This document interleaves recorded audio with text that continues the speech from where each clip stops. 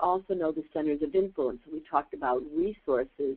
This is also part of that, is knowing the other centers of influence. Who else talks to the prospects I'm looking for?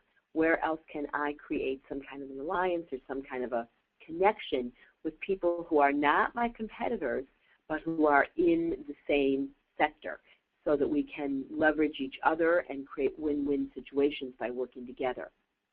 I need to know how to walk the walk. And when I focus on a specific segment, that's much easier.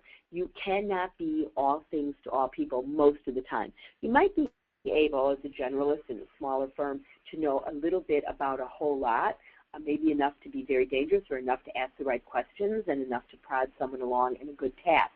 But the deeper you get into the segment, the more you can both walk the walk and talk the talk, because you really are immersed in the world that your clients are sitting in on a daily basis. Along with centers of influence, you can also get to know the trade associations and the business groups that serve your niche audience. And that's a way, again, of making more and more connections that are meaningful as you go along, building trust and building camaraderie. And for anyone who's on this call that cares about budgeting, and I think it's probably unanimous, that would be a great poll question, and I suspect that we would get 100% on here. How do you spend your money? How do you know where you're going to have the most value? How do you know it's going to bring you the most return?